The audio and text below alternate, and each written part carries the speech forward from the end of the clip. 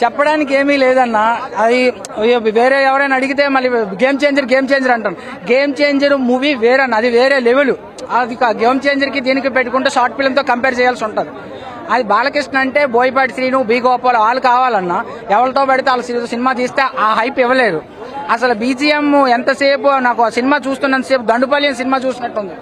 Same Dandupalyam cast ని తెచ్చి అలా పెట్టేశారు. అసలు సినిమా ఇండస్ట్రీలో గొడ్డుపోయిందా ఏంట, మరి ఆ మనుషులే లేరా? కృష్ణానగర్ లో ఎంత మంది ఉంటారు అవకాశాల కోసం, వాళ్ళు పెట్టి సినిమా తీయచ్చు కదా. ఎంతసేపు సినిమా తీసినోడు చేస్తే సినిమా తీస్తారు. అసలు మొత్తం దండుపాలెమే చూపిస్తున్నాడు. డాకు మహారాజ్ అంటే కొత్తగా ఉండాలి కదా, బాలకృష్ణ అంటే కొత్తదనం కోరుకుంటాం మనం. ఆ డైలాగ్స్, ఆ హైప్ అట్లాంటిది బాబీ గారు అయితే ఇవ్వలేదు.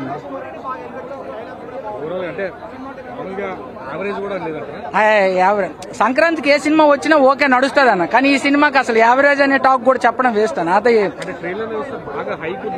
ట్రైలర్ లో ఏముందన్న, ట్రైలర్ లో 2 గంటల సినిమాని అక్కడక్కడ తెచ్చి పెడతాడు. ఈ సినిమాకి డాకు మహారాజ్ కాకుండా పాపాయి నా ప్రాణం అని పేరు పెడితే బాగుంటది, లేదా దండుపాలెము 2, 1, 3 ఉంటది, ఆ పేరు పెట్టినా ఓకే. దండుపాలెం రీమేక్ అన్నా బాగుంటది.